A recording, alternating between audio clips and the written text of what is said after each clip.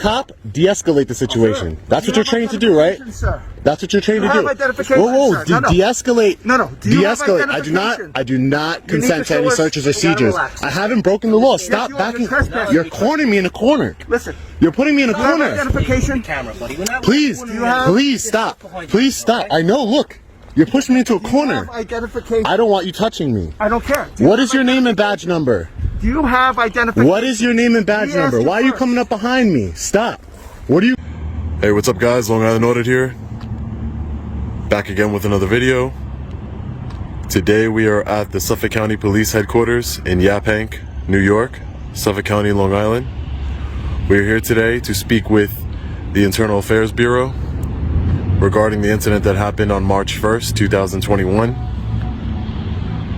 I've spoken with them 2 or 3 times, and they still have not given me the name of the 2 officers that were working with Officer Hanley when they surrounded me, acted like thugs, not law enforcement officers, and violated their oath to the Constitution. For those of you who've been following my channel for a little bit now, you know that I'm big on accountability, and we don't give up.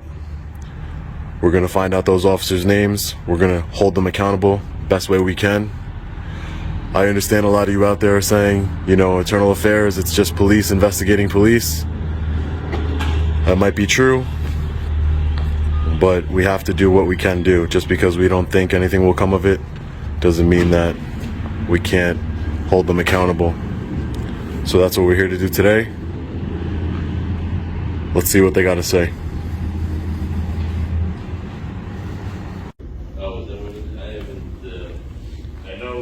Alright guys, today we're stepping straight into the belly of the beast, Suffolk County Police Headquarters. This isn't a friendly visit. This is about accountability. Officers surrounded a citizen, acted like thugs, and violated their oath. Now it's time to demand names, answers, and justice.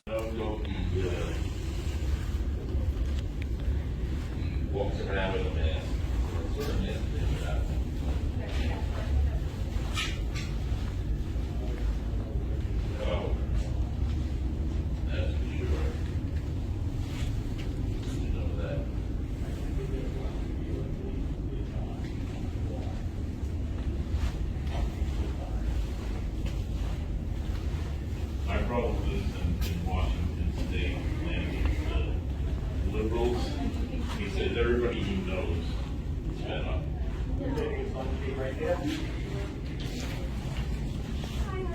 Hi, how are you? I'm here today to, I want to speak with somebody with the Internal Affairs Bureau. Sure, no problem. What's your name? You could just tell them my name is Good Citizen. They'll know who I am. Good Citizen? Yeah. Sure, no problem. Have a seat. I'll call something down. Thank you so much.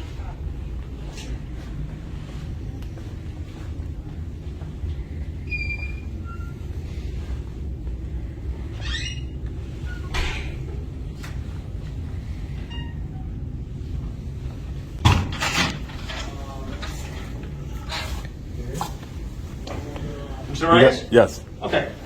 What can I do for you today? I'm Lieutenant Doyle. This is Lieutenant Kelly. How you guys doing? Sure. Yep, to the side.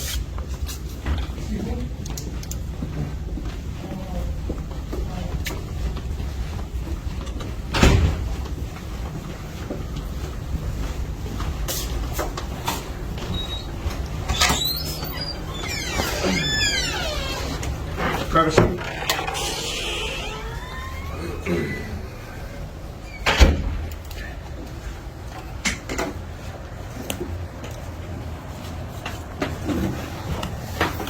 What can we do for you today?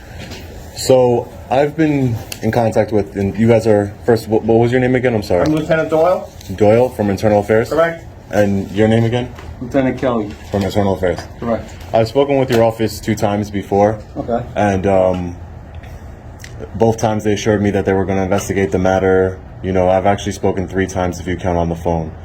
So, and I've been here twice personally. It's going to be my 3rd time. So I'm here today because I was filming, exercising my First Amendment right in your parking lot, filming whatever I can. Inside these walls, the system moves slow, but pressure is building. Internal Affairs knows exactly why he's here. A complaint was filed. Video evidence exists. Yet silence remains. They promise investigations, but accountability feels delayed, buried behind paperwork, excuses, and institutional protection. See from public, 3 plainclothes officers. Only one of them identified themselves to me as Officer Hanley. When was this? March 1st. Okay. Okay, so I've been giving you guys time to do. So you spoke with someone already regarding this incident? I did. I spoke to. I believe his name was Lieutenant Breland, or I'm not sure. Where did you speak to him? On the phone? I spoke to him here. I spoke to him here. So you spoke to him two lieutenants. You guys have a lot of lieutenants in the Yep. Internal Affairs Yep. Bureau, huh? Okay.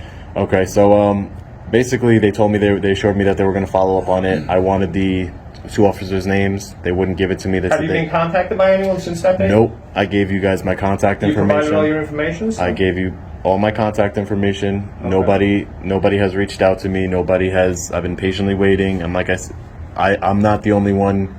You know, I want accountability. Like I said, like I told the other lieutenants, I'm not saying that he viciously attacked me. I'm not saying anything of that nature happened. But you made a complaint and you haven't been contacted. Exactly, which I find concerning. That Okay. if a member of the public makes a complaint and it's on video, I'm sure you guys have seen the video. Yep. Okay, so if it's on video, your mission statement out there is to peacefully, uphold the law. There was nothing peaceful about that video. There was nothing. I wasn't breaking any laws, and like I said, it was just. I felt like 3 mobsters were coming around me, trying to bully me, trying to get behind me, trying to push me against the wall, and I didn't appreciate their actions. And for I'm a tax-paying citizen of Suffolk County, and I shouldn't be treated that way. It's unacceptable. So you're here today because you haven't been contacted by anyone regarding that. Correct. March 1st, you said it was? Yes, which I find So concerning. let me go back upstairs and find out who has the case assigned to them. Because what happens is when you make your initial complaint. So you said you made a complaint with Lieutenant. Who was it? I spoke first on the phone to a Sergeant Cunningham. Okay. I spoke to her on the phone. So what happens is after your complaint is initially put in by whoever intakes it, that's not necessarily the person that's going to investigate it. Yes, they explained that to me. It gets assigned to an investigator, and then that investigator follows up. Yeah, they explained that to me. They explained that to me 2 times. So let me find out who has the case. Yeah. And make sure they have all the proper information, your Yeah. contact information, so they can contact you. And if not, well, then I'll get that from you today, so I can make sure I can forward that. They do. Okay. They do. So let me go. I'm gonna go back upstairs and find out. So it's. The questions hit harder now. Why haven't they responded? Why hide public employees' names? These officers work for the people, not above them. When officials dodge transparency, trust collapses. Every unanswered question exposes cracks in a system designed to protect itself first. From this March 1st incident in the parking lot, correct? Correct. All right. So let me go find out the investigator assigned, so I can give you that information, and then you can go from there. Okay, great. All right. All right. All right, so we went back upstairs. This is an active investigation. Unfortunately, do not have your contact information as far as a phone number for you. But the contact information we do have, I just want to confirm everything so nothing gets messed up. Is that the best number? Is there an alternate contact number for you? That's the best number they can reach me at. Okay. All day, every day. All right, so what we can do, we'll lay that information to the investigator assigned. I would like to know. I'd like to know why it's taking so long. I want to know the 2 officers' names. You guys admitted you've seen the video. They work here. I want to know their names. I think that's fair enough that I can at least get their names so I can. But we're not the investigators assigned. So the investigator assigned to the case will reach out to you. The reason why he hasn't been able to reach out to you is because he didn't have a correct address and he didn't have a phone number. Well, so we're gonna pass this on. I have it on. This is why I video all my interactions with the police, because I have it on video speaking to 2 lieutenants from this very building, where they double check my phone number. It's on video. They double check. They have reports just like you, and they double check. Hey, we still have the right contact information to you, right? So that's leading me to believe that you guys aren't taking it. I'm just going by what I understand, but I have access to upstairs, and they didn't have it. I understand. So So what I'm saying is, it makes me feel, as you guys aren't taking this situation seriously. And I understand it's police officers investigating police officers. What should I expect? But your only job here, correct, as an internal affairs investigator, is to investigate misactions and No, it's not the only responsibility. It's one of our responsibilities. Okay. So, see, I don't know. To my understanding is you guys just investigate other police officers. That was your only job. So if you have other jobs, that's fine. But what I'm saying is that I feel like it's not being taken seriously. Like, it's been 2 months now. I've had to come to this building. This is my third I time can coming assure here. you it's being taken seriously, and the reason why you haven't been contacted is because they didn't have a phone number. I can't, I don't know how much more I can tell you, but that's Okay. Well, I just want to make it. I want to make it clear that I got it on tell you video. that's what the. I got it on video. I That just one of your confirmed lieutenants. The reason why. Excuses surface fast, missing contact information, administrative confusion, delays. But the camera never forgets. Proof exists. Conversations recorded. Promises documented. Accountability can't hide behind lost paperwork. The truth stands firm, waiting for someone inside to finally do their job. No one contacted you is because they didn't have accurate information. Okay. So Maybe he misplaced the paper. So we're going to pass this on.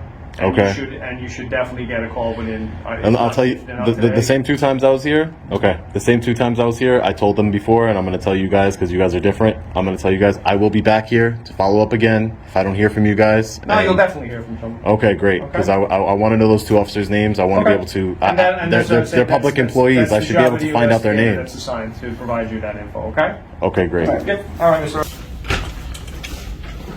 I'll follow back up, Lieutenant. Thanks for your time. Have a good day now. Take You care. too.